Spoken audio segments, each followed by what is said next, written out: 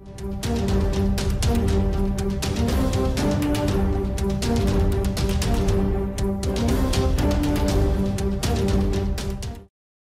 కర్నూలు జిల్లాలో అత్యంత కీలకమైన సెగ్మెంట్ నంద్యాల. ఇక్కడ రాజకీయాలు ఎప్పటికప్పుడు మారుతూ ఉంటాయి.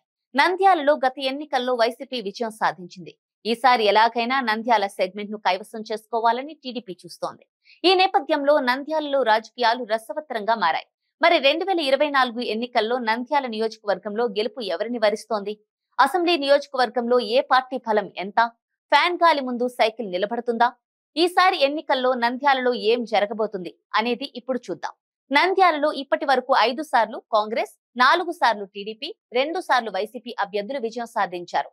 2,50,000కు పైగా ఓటర్లున్న నంద్యాలలో ముస్లిం మైనారిటీలదే ఎక్కువ ప్రాబల్యం. ఆ తర్వాత రెడ్లు, బలిజ, ఎస్సీ, మాల, మాదిగలు ఉన్నారు. వైశ్యులు, వాల్మీకులు, పెరికలు సైతం భారీగానే ఉంటారు. అయితే రెడ్లే రాజకీయంగా ఇక్కడ చక్రం తిప్పుతున్నారు. పార్టీ ఏదైనా 11 సార్లు రెడ్లే విజయం సాధించారంటే నంద్యాలలో వారి ప్రాబల్యాన్ని అర్థం చేసుకోవచ్చు. అయితే వచ్చే ఎన్నికల్లో కీలక సామాజిక వర్గాలు ఎవరి వెంట ఉన్నాయన్నదే ఇప్పుడు కీలకం. దశాబ్దాలుగా నంద్యాల గడ్డపై భూమా, శిల్పా కుటుంబాలు రాజకీయ పోరు సాగిస్తున్నాయి. 2014కి ముందు వైసీపీలో చేరిన దివంగత భూమా నాగిరెడ్డి కుటుంబం ఆ తర్వాత టీడీపీ పంచన చేరింది. దీంతో అప్పటికే టీడీపీలో ఉన్న శిల్పా కుటుంబంపై ఆ ప్రభావం పడింది. అంతేకాదు నాగిరెడ్డి హఠన్ మరణంతో వచ్చిన ఉప ఎన్నికలలో భూమా బ్రహ్మానందరెడ్డికి సీట్ ఇచ్చారు. దీంతో శిల్పా ఫ్యామిలీ వైసీపీలోకి జంప్ అయింది. 2017లో జరిగిన ఉప ఎన్నికల్లో వైసీపీ తరపున శిల్పా మోహన్ రెడ్డి పోటీ చేయగా హోరాహోరీ పోరులో టీడీపీదే విజయమైంది. అయితే ఏడాదిన్నర తిరగక ముందే జరిగిన సాధారణ ఎన్నికల్లో వైసీపీ ప్రతీకారం తీర్చుకుంది. 2019లో వైసీపీ అభ్యర్థిగా పోటీ చేసిన శిల్పా రవిచంద్ర కిషోర్ రెడ్డి భూమా బ్రహ్మానందరెడ్డిపై విజయం సాధించారు.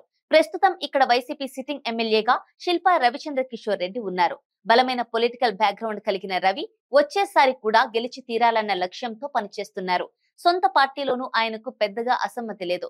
జిల్లాలో రాజకీయంగా శిల్పా ఫ్యామిలీకి ఉన్న పట్టు కలిసి రావచ్చు. అయితే ఇక్కడి నుంచి పోటీ చేసేందుకు ఆశావహులు చాలా మంది ఉన్నా గెలిచే సామర్థ్యం ఉన్న వారికే జగన్ టికెట్ ఇచ్చే అవకాశం ఉంది. ఎక్కువ శాతం శిల్పాకే అధిష్టానం మొగ్గు చూపుతున్నట్లు తెలుస్తోంది. ఇక టీడీపీ, జనసేన ఉమ్మడి అభ్యర్థి విషయానికి వస్తే గత ఎన్నికల్లో టీడీపీ అభ్యర్థిగా భూమా బ్రహ్మానందరెడ్డి పోటీ చేసి ఓటమి పాలయ్యారు. ఈసారి ఎన్నికల్లో కూడా ఆయన నంద్యాల టికెట్ ఆశించారు. అలాగే మాజీ మంత్రి అఖిల ప్రియ నంద్యాల టికెట్ ను ఆశించారు. కానీ అధిష్టానం మాత్రం గెలుపు ముఖ్యంగా భావించి ముస్లిం వర్గానికి చెందిన ఫరూక్ కు టికెట్ ఇచ్చింది. ఫరూక్ టీడీపీ నుంచి గతంలో 3 సార్లు గెలిచి మంత్రిగాను పనిచేశారు. మైనారిటీ కోటాలు గతంలో డిప్యూటీ స్పీకర్ గాను ఆయనకు అవకాశం దక్కింది.